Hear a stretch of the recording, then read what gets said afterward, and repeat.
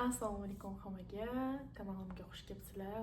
Bu video kanalimda bunaqa formatda birinchi marta. Bu kanalimda asosan audio kitoblar bilan bo'lishardim. O'zim tomonidan o'qilgan audio kitoblar. Endi inshaalloh o'qigan kitoblarimni tavsiyalari bilan ham bo'lishi kerak deb o'ylab qoldim. Shuning uchun bugundan inshaalloh shu haqida gaplashamiz. Ya'ni ayollarimizga kerak bo'ladigan yoki o'zi umuman shaxsiy rivojlanishga kerak bo'ladigan har bir musulmon o'qishi kerak bo'lgan yoki umuman o'qishingizga juda ham foydali bo'lgan kitoblar bilan birma-bir bo'lishib bormoqchiman. Unaqa ko'p vaqtingizni olmayman. O'rtacha har bir video 4-5 daqiqa nima deydi o'lchamda bo'ladi. Inshaalloh. Xo'p, birinchi kitobimizni aynan ketma-ketlikda qo'yib oldim. Ko'rishingiz mumkin. Har bir mana shu yerda qo'yilgan har bitta kitobni tavsiya qilib har bittasini o'qiganimdan qanaqa foyda olganim va qanaqa foydali taraflari menga bo'lgani haqida gapirib tavsiya bermoqchiman va inshaalloh sizga ham foydali bo'ladi degan umiddaman. Xo'p, birinchi kitobimiz bu Qulog'im senda qizim kitobi. Bu kitobni menimcha juda ham ko'pchilik ko'rgan, eshitgan, balki nima deydi, o'qib ham ko'rgandir. Endi men bu kitobni nima demoqchiman? Bu kitobni hozir Qulog'im senda qizim deb yozilgan va qizim degan so'ziga aynan urg'u beradigan bo'lib, ko'pchilik faqat qiz bolalar o'qishi kerak va faqat yosh qizlar o'qishi kerak deb o'ylab qolishyapti. Lekin agar shaxsiy fikrimni aytadigan bo'lsam, bu kitobni o'qib chiqdim. Balki nafaqat faqat qizlar, balki hamma ota-onalar, yosh kattalar ham, yosh ota-onalar ham, xuddi shu bilan birga akalar, ukalar, opa, singil hamma va kim o'qishi mumkin bo'lsa, bu kitobni tavsiya qilgan bo'lardim. Nimaga? Chunki bu kitobda aynan muomala madaniyati tushuntirilgan. Aynan odamning o'zini shaxsiy ehtiyojlari to'g'ri qondirilmasa, qanaqa muammolarga olib kelinishi tushuntirilgan. Xuddi shu bilan birga shaxsiy ehtiyojidan tashqari yoningizdagi nima desa bo'ladi? Yoningizda bo'lgan odamni ehtiyojlarini, uni haqqini to'g'ri qondirmasangiz qanaqa muammolarga olib kelinishi mumkinligi. Bu aynan islom dini tarafdan chiroyli qilib ko'rsatib tushuntirib berilgan. Ya'ni ko'pchilik bilasiz, psixologiyaga qiziqmaydi va psixologiyani juda ham yomon, juda ham noto'g'ri talqin qilinadi. Shuning uchun ko'pchilik o'ylaydi, islom dinida psixologiya yo'q, yukida bu juda ham qanaqadir xunuk va yomon soha deb o'ylashadi. Afsuski, bu juda ham noto'g'ri qarashlar, chunki hozirgi kundagi ko'p psixologlar bu narsani noto'g'ri ko'rsatib berishayotgani uchun odamlarda mana shunaqa noto'g'ri fikr paydo bo'lib qolgan. Lekin men nima degan bo'lardim? Aslida psixologiya bu qalb. Ya'ni sizning qalbingiz qanaqa biron bir narsaga qanaqa reaksiya bildirishi, qanaqa holatda bo'lganingizni sizni oldingizdagi odamlar qanaqa sizni tushunishi kerakligini, o'zaro munosabatlarni o'rgatadigan va tushuntirib beriladigan fan o'zi aslida.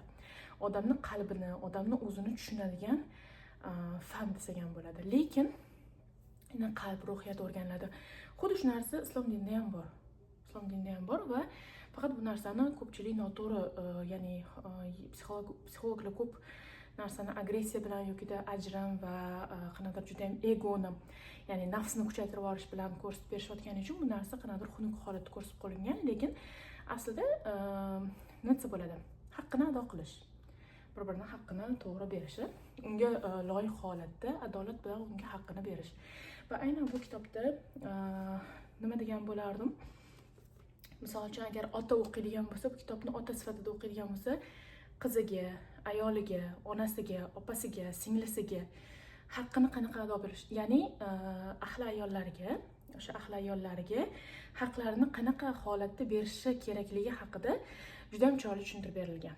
Ularni qanaqa tushunish kerak, ularning holatlari, nega ular ko'proq hissiyotlarga berilishadi va shunaqa hissiyotga berilishgan vaqtida ular bilan qanaqa gaplashish kerak. Va bu narsalar aynan osmondan olingan yoki nima deydi, o'sha aytganimdek ko'pchilik eshitishni xohlamaydigan psixologiyadan olingan emas, balki hadislardan olib, hadislardan keltirilgan va sahobiy onalarimiz, ya'ni mo'tabar mo'mina onalarimiz tomonidan o'sha bo'lgan vaziyatlar yoritib berilgan va shunaqa holatda aynan payg'ambar sollallohu alayhi vasallam boshqa sahobalar o'zligini qanaqa tutishgani haqida chiroyli tushuntirib berilgan.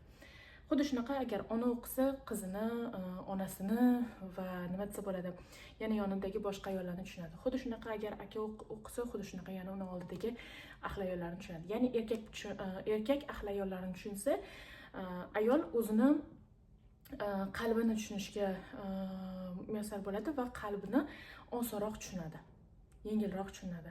O'zini o'zi qiynamasligini va o'zini o'zi qanaqadir xunuk holatlarga qo'yib qo'yishdan va o'zini qanaqadir ehtiyojlarini, bu o'sha o'ziga o'zi berish kerak bo'lgan haqqini, ya'ni ehtiyojlarini va xuddi shunaqa boshqalardan olish kerak bo'lgan ehtiyojlarni qanaqa qilib to'g'ri halol yo'lda qondirish kerakligini tushunib oladi. Ya'ni nima demoqchiman? Misol uchun g'azablangan vaqtida, jahli chiqqan holatida, aytaylik, keyin tushkunlikka tushgan vaqtlarda nima qilish kerak? Musiqa eshitish kerakmi, raqsga tushish kerakmi, yokida Qur'on o'qish kerakmi, namoz o'qish kerakmi, nima? Zikrlar qilish kerakmi, qanaqa holatda o'zini tutish kerak, qanaqa holatda bo'lish kerakligi haqida chiroyli bayon qilib berilgan. Bu kitobni men hamma kitobxon qizlarga va umuman kitobni o'qishni xohlamaydiganlarga ham tavsiya qilgan bo'lardim. Iloji bo'lsa bu kitobni olib, mana Qulog'im senda qizim, bu kitobni olib albatta o'qib ko'ringlar. Agar kitobni topa olmasanglar yokida olishga imkon bo'lmasa, bu kitobni adashmasam onlayn platformalarda, YouTube'larda ham topish mumkin, audio kitoblarini, va bemalol eshitib ham o'zingizga foydali ma'lumotlarni olishingiz mumkin. Inshaalloh sizga ham foydali bo'ladi degan umiddaman. Qulog'im senda qizim kitobi birinchi tavsiya qiladigan kitoblarimdan biri. Keyingi videoimda inshaalloh siz bilan juda ham eski, juda ham kichkina, eski, lekin haqiqiy xazina bo'lgan kitoblarimdan bittasi, hech kimga bergim kelmaydigan kitoblarimdan bittasi Rizq kalitlari degan kitob. Buni men audiosini qo'yganman. Topishingiz mumkin kanalimdan. Rizq kalitlari yoxud rizq kengayishiga sabab bo'luvchi 21 shar'iy omil. Juda ham qisqa va lo'nda tushuntirilgan va bir kunda bemalol bu kitobni eshitib qo'yasiz.